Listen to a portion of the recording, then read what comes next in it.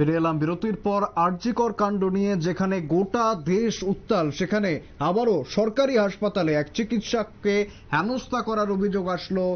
সেই অভিযোগ আসছে, কি অভিযোগ ঠিক একবার শুনবো। চিকিৎসকের উপর জুতো নিক্ষেপ করা হয়েছে এবং কলার টেনে মারার অভিযোগ আসলো।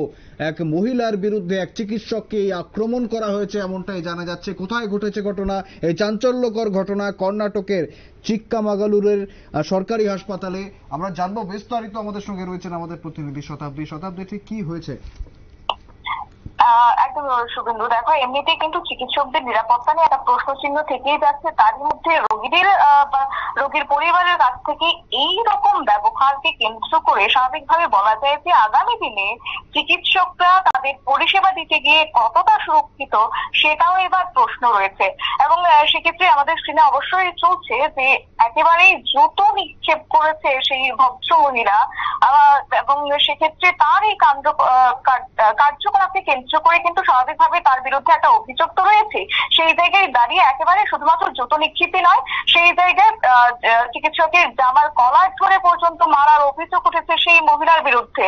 এমনই একটা ভিডিও ভাইরাল হয়েছে সোশ্যাল মিডিয়ার বিভিন্ন প্ল্যাটফর্মগুলিতে, এবং চিকিৎসককে মারধরের ভিডিও কিন্তু রীতিমতো এক প্রকার বিতর্ক রয়েছে, চরম আকার ধারণ করে রয়েছে। এবং জানা গেছে যে এই ঘটনা ঘটেছে কর্ণাটকের চিক্কামাগালুরের এক সরকারি হাসপাতালে। এবং পুলিশ সূত্রে জানা গেছে যে যতটুকু আমরা খবর পাচ্ছি যে স্বামীর সঙ্গে নাকি একটা গৃহস্থ হিংসার জেরে আহত অবস্থায় দুপুর ঠিক 12টা নাগাদ জেলা হাসপাতালে তিনি পৌঁছেছেন সেই মহিলা, এবং সেই মহিলার হাসপাতালে পৌঁছেছেন সেই মহিলার স্বামীও। কার্যত তোমার হাসপাতালের মধ্যেই একে অপরের সঙ্গে চিৎকার চেঁচামেচি এবং ঝগড়া শুরু করেন তারা উভয়ই, এবং পাশাপাশি তোমার থানায় একে অপরের বিরুদ্ধে মামলাও করেছেন, অভিযোগ দায়ের করেছেন, এবং মেডিকেল রিপোর্ট দাবি করেছেন চিকিৎসকরা বা চিকিৎসকদের কাছ থেকে। প্রথমেই কিন্তু দুজনেই শান্ত করার চেষ্টা করেছেন চিকিৎসকরা, এবং যারা সেখানে উপস্থিত ছিল প্রত্যেকেই কিন্তু বিষয়টিকে নিয়ন্ত্রণে আনার চেষ্টা করে। কিন্তু না, সেক্ষেত্রে কোনোভাবে নিয়ন্ত্রণ নয়, উপরন্তু সেক্ষেত্রে তার আকার যে একটা বড় আকার ধারণ করছে সেটা আর বলার অপেক্ষা রাখে না। কিছুক্ষণের মধ্যেই পরিস্থিতি কিন্তু গুরুতর আকার নিয়েছে। এরই মাঝে সকলকে অবাক করে হঠাৎ করে তোমার কর্তব্যরত অবস্থায় চিকিৎসকদের উপর হামলা শুরু করেছেন সেই মহিলা, এবং তোমার ডাক্তারকে লক্ষ্য করে জুতো ছোড়ার পাশাপাশি তার কলার ধরে মারধর করা হয়েছে সেই চিকিৎসককে। সেই অভিযোগ কার্যত আমাদের কাছে এসেছে, এবং এই ঘটনার প্রতিবাদে হাসপাতালের বহির্বিভাগ বন্ধ করে সেখানে প্রতিবাদে নেমেছেন চিকিৎসক মহল। শুধু তাই নয়, স্বাস্থ্যকর্মীরা সামিল হয়েছেন, এবং তোমার খবর পেয়ে সেখানে উপস্থিত হয়েছেন পুলিশ বাহিনী। অভিযুক্ত মহিলাকে গ্রেপ্তার করার পাশাপাশি তার বিরুদ্ধে এফআইআর দায়ের করা হয়েছে।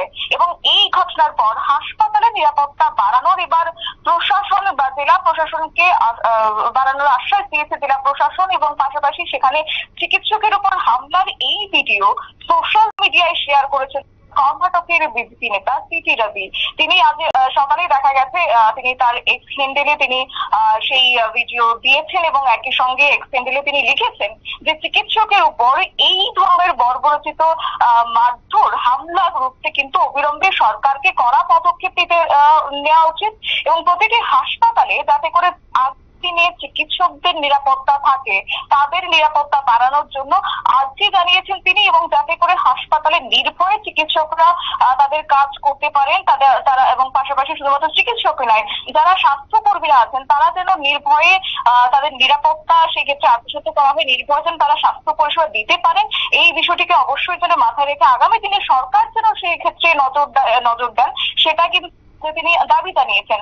একই সঙ্গে বলে রাখি যে আরালুগুপ্তে মালিগোড়া জেলা হাসপাতালে মঙ্গলবার বিবাদের সময় কিন্তু একজন মহিলা একজন ডাক্তারকে লাঞ্ছিত করার পরে কিন্তু ডাক্তারের কর্মীরা একইভাবে বহিরাগত বিভাগ বন্ধ করে দিয়েছে, এবং তারা চিকিৎসা পরিষেবা থেকে তারা বিরত থেকেছে। যদিও এই ঘটনাটি আজকে নতুন নয়, এরকম ঘটনা আগেও দেখা গেছে বিভিন্ন রাজ্যে।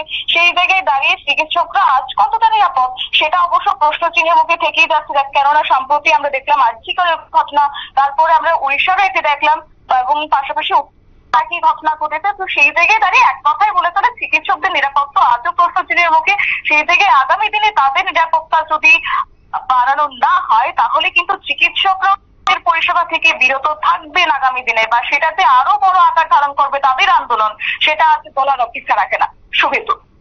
একেবারে ধন্যবাদ শতাব্দী, আমাদের প্রতিনিধি শতাব্দী একদম বিস্তারিত জানাচ্ছিল। ঠিক বিভিন্ন পারিবারিক কলহকে কেন্দ্র করে তাদের হাসপাতালে যাওয়া এবং হাসপাতালে তারপরে গিয়ে সেই ক্ষোভ, সেই ক্রোধ, ডাক্তারদের উপরে সেই ক্রোধের আজ পরে। পাশাপাশি এই বিষয়ে এখনো পর্যন্ত কোনো অগ্রগতি হয়েছে কিনা বা পুলিশ তাদেরকে গ্রেফতার করেছে কিনা সেই বিষয়ে আমরা অবশ্যই চোখ রাখবো।